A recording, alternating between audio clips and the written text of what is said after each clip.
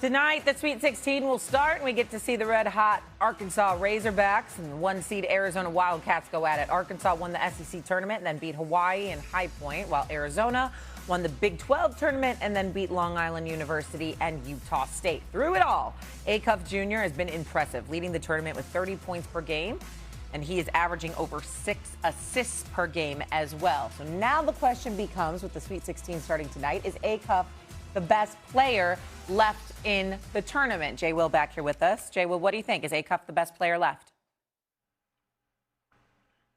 Oh, can't hear you. Try again. No. Can you hear me now? Yeah. I think he's the hot. Yeah, we can hear you now. We can hear you now. My fault.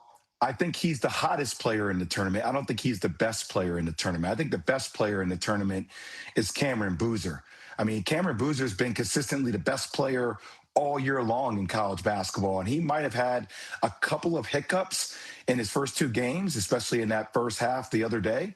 But when you think about just the level of consistency of excellence, you're talking about a guy shooting 40% from the three-point line and is 6'9", 6'10". A guy that's shooting over 55% from the field.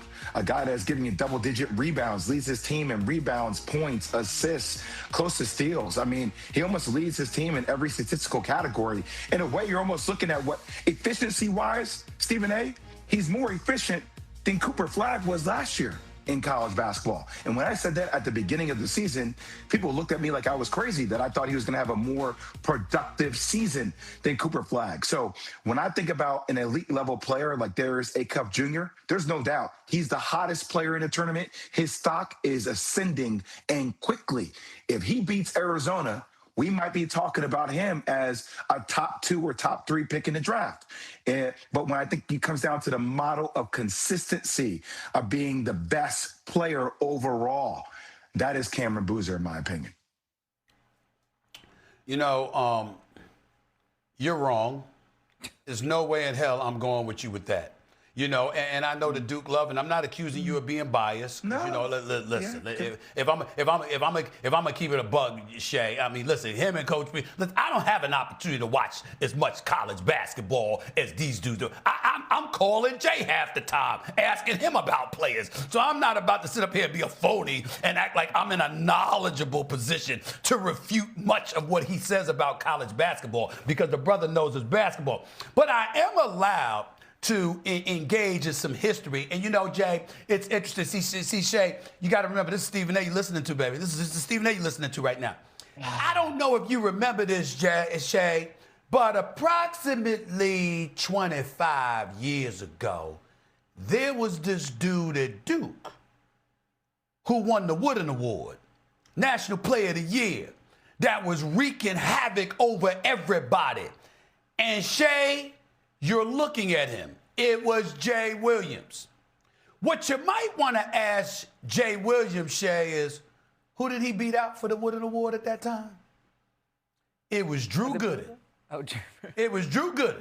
All right. It was a brother that was a forward that could put the ball in the hole, that was efficient, coming out of Kansas, and a matter of fact, one could argue he looked a little bit like Cam Boozer's looking this year.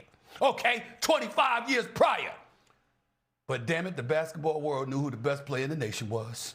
Because we have 2 eyes. You understand? And you could bring me numbers and efficiency and accuracy. Last game, after shooting like 4 for 10 or 4 for 11 in the first round of the NCAA Tournament, Cam Boozer comes out and hits 7 to 10 shots, and he's had 22 one game and 19 another, and obviously he's propelled Duke. All right, fine. And by the way, we love Carlos Boozer. That's my dog right there. Love that man. Root for him and his kids. All the best of you. Very proud of Caden. How Caden came off the bench, handled his business. 19 points, not a single turnover. I love that. Major props to the Boozers.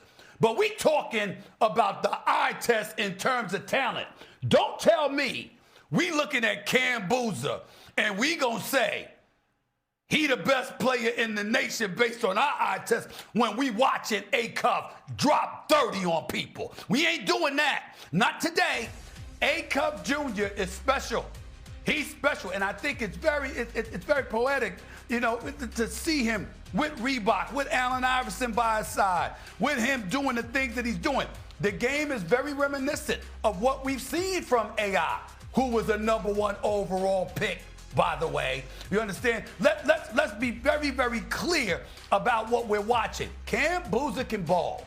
He is not a scrub. He is a damn good player, and I'm very proud of him as well. He probably deserves the Player of the Year because of the model of consistency that he's giving you at Duke this season. But in terms of our eye test and what we're seeing on that damn basketball court, he ain't no Acuff Jr. We need to stop that, Jay. We got to stop that. Hold on now. Hold on. Shay. Yeah. Can we let's revisit history with my brother, okay? Back You to the know, books. Okay. one of the big time columnists in the world, worked his way up the food chain. I remember watching this show on ESPN, and who was this guy in Philly? AI, right? So whenever you hear AI, that's SA's guy. There's a lot of bias towards AI. Now look, My dog right there. I had to go against AI. AI gave me buckets, 185 pounds, soaking wet, couldn't touch him. Had the J, saw him in 165. saw him in Charlotte at the AC. Whatever you want to call him, couldn't touch him. I said, He never went. blow on him, he's going to fall down. People think SGA went to the damn free throw line. AI went to the free throw line more than SGA. Okay, so all I'm going to say is this. I get your bias towards AI, and I know Darius Acuff is very much like that. But Stephen A., when we have all these debates, a lot of times we get into debates about like MVPs, and one of the things I see happen to you sometimes, it's like Nikola Jokic, right? Like when you talk about the Joker, it's almost like when he has 35 and 20 or 35, 20 and 13, you're always like, yeah, it's kind of, but it don't feel the same way. It don't have that pop, pop, pop, pop, pop, all that stuff. That was years it doesn't ago. Feel like That it was jumps years off. ago. Yeah, That ain't now. Hold on now. I mean, Jokic grew on me. He grew. Okay. He grew on me. Okay, so all on I'm me. going to tell you now is don't overlook the things that Cameron Boozer does because you're in love with the eye test of Darius Acuff because it reminds you of AI. That's all I'm going to say. When you talk about the best, just look at the 56%, 40 from three. Now, you're not seeing how he leads his team in assists and all these other things. So just don't overlook the picks and shovels because you get lost in the glitz and the glamour of Darius Acuff. That's all I'm going to say. Well, I think you would have a point if I'm here talking about Cam Boozer like he's some average player.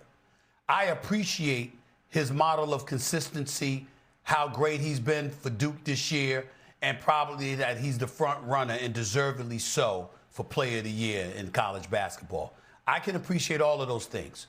But we haven't had a single conversation, a single thought process about him being the #1 pick in the NBA draft. We've talked about Darren Peterson. We've talked about A.J. DeBonza. We've talked about Caleb Wilson. And we've talked about Darius Acuff Jr. Nobody has mentioned Cam Boozer as a #1 overall pick. There's a reason for that.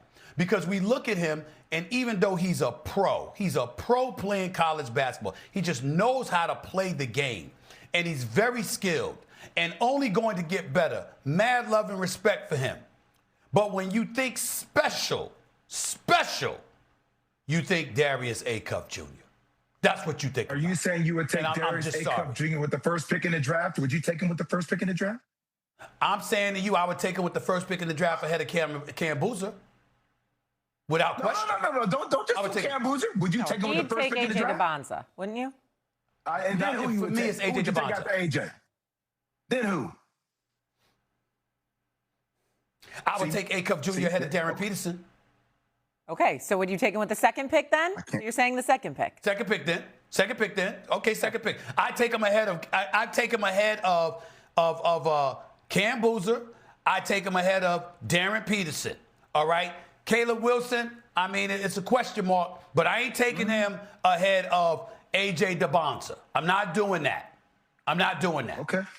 A.J. DeBonza, to me, is the #1 pick in the NBA draft. Right now, Cameron Boozer is projected to go Nothing wrong with being third. the second pick in the draft, Nothing wrong with being the second pick in the draft. You would know. You would know. Right now, Cameron Boozer is projected to go third. Darius Acuff is projected to go seventh. I think we could all agree Acuff's ceiling is maybe a little higher than anyone right now in the NCAA tournament. Where's Boozer, Shay? Third. I said third. He's projected third. Okay. All right. But Acuff could ascend if maybe they could take care of Boozer Arizona top tonight. 5. All right. I don't know if I got him top